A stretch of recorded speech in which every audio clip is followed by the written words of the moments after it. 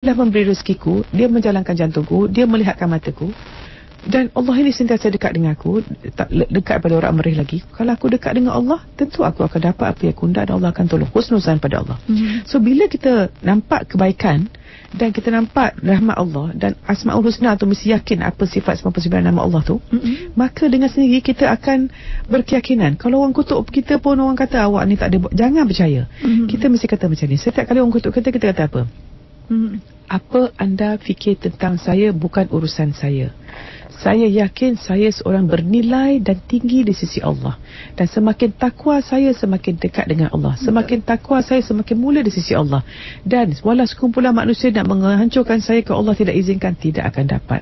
Kita kumpulkan semua duit harta di dunia untuk manusia nak tolong saya, kalau Allah tak tolong, tak dapat. Betul. So kita yakin macam tu, insya-Allah akan positif. Dan saya dah sebut minggu lepas, buatkan skrip kehidupan, buatkan bayangan dan cita-cita kita, dan tulis dan baca setiap hari.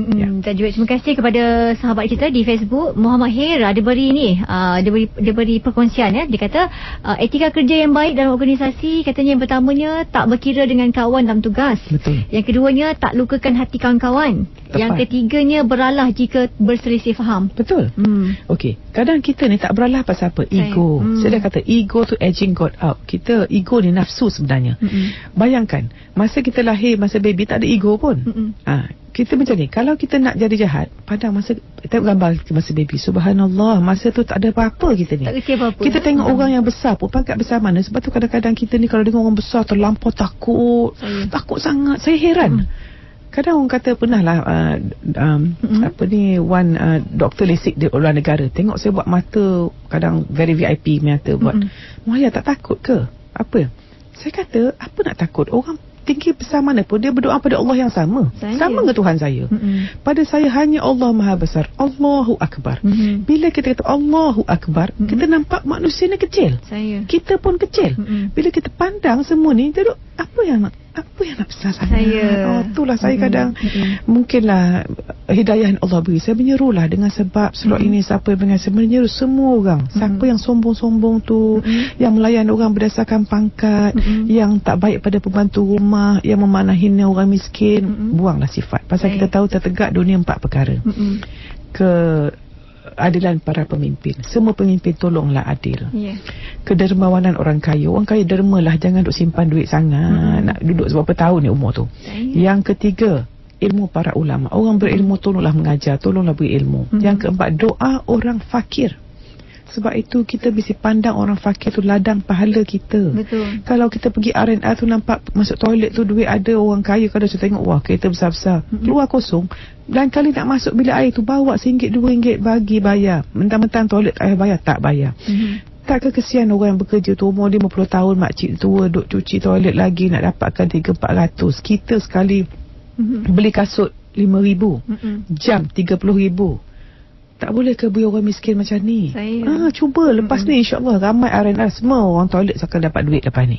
Pasal apa? Dengan sebab kita sedekah tu mencegah. Kalau Tuhan nak jadikan aksiden, Tuhan cegah. Cuba sifat macam ni, ya. Betul. Saya kira yang walaupun setiap dari kita kan, yang orang kata pangkat tinggi, yang kaya tu semua, yang membezakan mungkin pangkat, tetapi semua dari kita tak lari daripada title hamba. Hamba Allah Siti. I tell you, all this title macam mainan. Pernah tak tengok budak-budak main kecil-kecil? Awak jadi mak, awak jadi ayah, awak jadi cikgu. Macam itulah kita di dunia. Awak jadi pangkat apa-apa, saya tak nak sebut orang kecil hati. Pangkat ini profesor ke doktor tu. Setengah orang, saya nak jadi doktor juga, nak title doktor. Apa title ni? Ego. Salah satu sifat ego ialah dia menilai diri dia berdasarkan apa yang dia ada. Harta dia ada, title dia ada, dia mesti banyak, dia mesti betul, dia mesti lebih, dia pandang orang tak tu, dia suka compete. Ingat, kita ni kalau suka berlawan, oh ni universiti saya, itu universiti awak, this is my copyright, this is my intellectual right. Intellectual right apa Siti?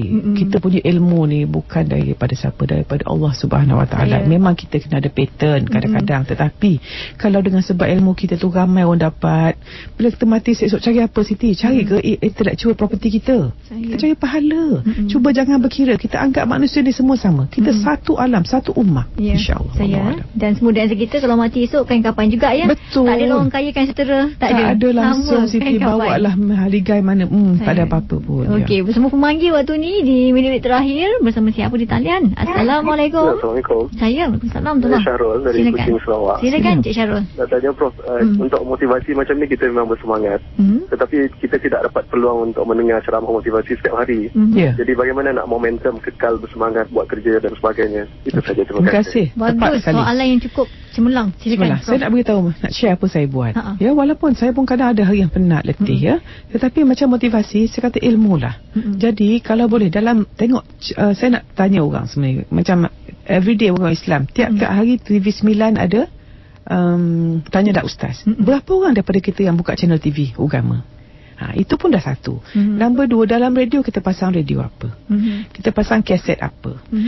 Kita punya majalah kita baca apa? Adakah kita seorang baca surat khabar sampai 3 jam? Kita perhatikan, kita baca surat khabar, memang kita patut baca surat khabar nak tahu semasa. Tetapi kalau masa kita tengok analyse luar negara macam ni, tapi diri kita tak develop. Kita duk sibuk benda luaran ni, yang dalam tak develop. Jadi kita nak tentukan, saya punya style ialah at least 1 hour per day saya akan tentukan, saya akan baca, pergi internet ke mana-mana, baca benda-benda yang menambahkan minda saya. Dan kalau dalam Facebook pun saya nak jauh pada semua Facebook, kawan saya ramai dah sekarang ya. Kita tu tengok apa kita tulis. Kalau kita mengantuk nak tidur pun cakap dengan orang. Kalau kita mengandung cakap, oh baby ni kicking. Tak payah, benda peribadi tak usah cerita kat orang. Kalau kita susah, dia kata keep your fear to yourself, share inspiration with others. Kita jangan cerita masalah, berwar-warkan masalah kita dekat Facebook. Apa kita tulis kat Facebook? Sebab tu saya kat Facebook saya tulis semua kata-kata inspirasi. Dan blog apa kita baca. Kadang kita suka macam blog kontroversi. Kutuk orang tu, kutuk orang ni, cari. Kenapa kita duduk hidup duduk cari benda salah orang? Sedangkan bila kita mati, Tuhan tak tanya, oh dia tu betul salah buat. Jangan sibuk mencari keburukan orang. Jadilah kita mencari orang yang sibuk memperbaiki diri kita sampai tak nampak keburukan orang. So saya cadangkan satu hari 1 jam TV kita, bacaan buku kita dan radio kita dan semua kita gunakan untuk motivasi. Dan niat kita mesti betul. Bangun pagi niat cakap perkara yang baik, berjumpa yang baik, buat benda yang baik. Saya ada juga pandangan ini. Hindun Haji Hussein kata dia memang suka dengar segala nasihat yang Prof bagi dan dia rasa tenang bila dengar semua segmen yang Prof kendalikan. Alhamdulillah, syukur. Dan kadang-kadang macam kita kan, orang kata yang mana semayang dah cukup, sedekah dah cukup semua. Saya kira takut-takut kita ni muflis di depan Allah Betul. Ta'ala. Orang kan? muflis apa saya pernah dengar jiran saya kata. Orang tak jaga mulut. Pasal kalau kita mengumpat orang, mengumpat tu bukan mulut saya sendiri. Blog kita, apa kita kata, mengumpat tu. Bila kita kat padang mahsyar, kita punya pahala beri dia. Lepas itu, kalau tak cukup pahala kita, dosa dia masuk bakul belah kiri kita. Tak kata apa. Orang muflis. Satu lagi saya ingat, kita masuk syurga bukan amalan Siti. Kita masuk dengan rahmat Allah. Jadilah kita orang yang rahmat pada orang. Jadi setiap kali kita rasa negatif, tak rahmat. Setiap kali kita menghukum, tak rahmat. Ingat macam tu. So layan orang macam lebih pada kita nak orang lain kita. Okey, hargai diri sendiri, hargai orang lain lebih daripada kita hargai diri sendiri, Prof. Betul. Siti, orang yang tak bahagiakan orang, ingat pesanan terakhir, key point today. Setiap kali kita buat orang tidak bahagia, bererti kita orang tidak bahagia di dalam.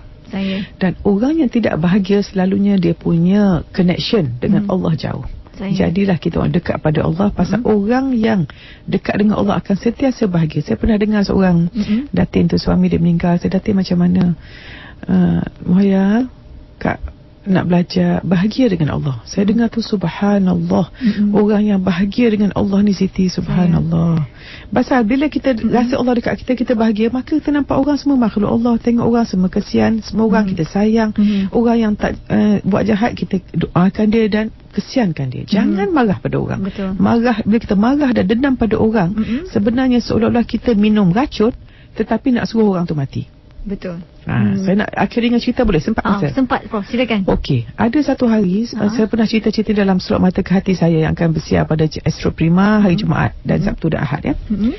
Satu hari seorang anak-anak keluar pada rumah, dia nampak orang lelaki tu janggut panjang. 3 orang lelaki janggut panjang. Awak ni siapa? Yang lelaki tu, oh saya kebahagiaan. Nombor 2, saya kejayaan. Yang ketiga, saya kekayaan. Awak pilih siapa nak masuk rumah awak. Dia pun masuk rumah dia, tanya mak nak masuk mana. Mak dia kata masuk kejayaan lah. Ayah dia kata masuk kekayaan. Dia kata taklah mak, masuk kebahagiaan lah. ikut anak dia. So masuklah kebahagiaan. Bila kebahagiaan tu masuk, yang dua tu masuk dalam. Kenapa tiga-tiga masuk? Kalau awak pilih kejayaan, awak dapat kejayaan saja. Kalau pilih kekayaan, dapat kekayaan saja. Tetapi bila pilih kejayaan, bila pilih kebahagiaan, kejayaan, kekayaan datang dengan sendiri. Jadi hari ini kita ni apa? Saya ingin bahagia dan membahagiakan. Macam mana saya bahagia? Saya yakin Allah bersama saya. Dan suruh Allah sayang pada saya, sebuat yang disuruh, tinggal yang dilarang. Bagi semua wanita yang sayangkan suami, silalah jaga aurat. Because setiap wanita yang keluar pada rumah melangkah, sebenarnya melangkah ke neraka dengan memededahkan aurat dia. Wallahu a'lam. Minta maaf kalau orang kecil hati, tapi siapa belum tutup aurat lagi tu, niat nak tutup aurat. Jangan kata saya macam ni, hati saya baik, luar je tak elok, hati saya baik. Tak ada macam tu. Bila kita perah limau, keluarlah jus limau. Perah apple, keluarlah apple. Kalau kita orang yang baik, walau ditekan macam mana, kebaikan akan keluar. Tetapi kalau kita jahat, kenapa? Saya ditekan. No, that means banyak kejahatan lagi. So cara nak hidup mudah ialah carilah kebaikan dan dekatlah dengan Allah. Wallahualam. Mudah-mudahan buat diri saya juga dan semua pendengar, biarlah hidup kita ni diamnya tu fikir, cakapnya zikir. Cakap yang bagi bahagia pada orang. Sedapnya macam tu.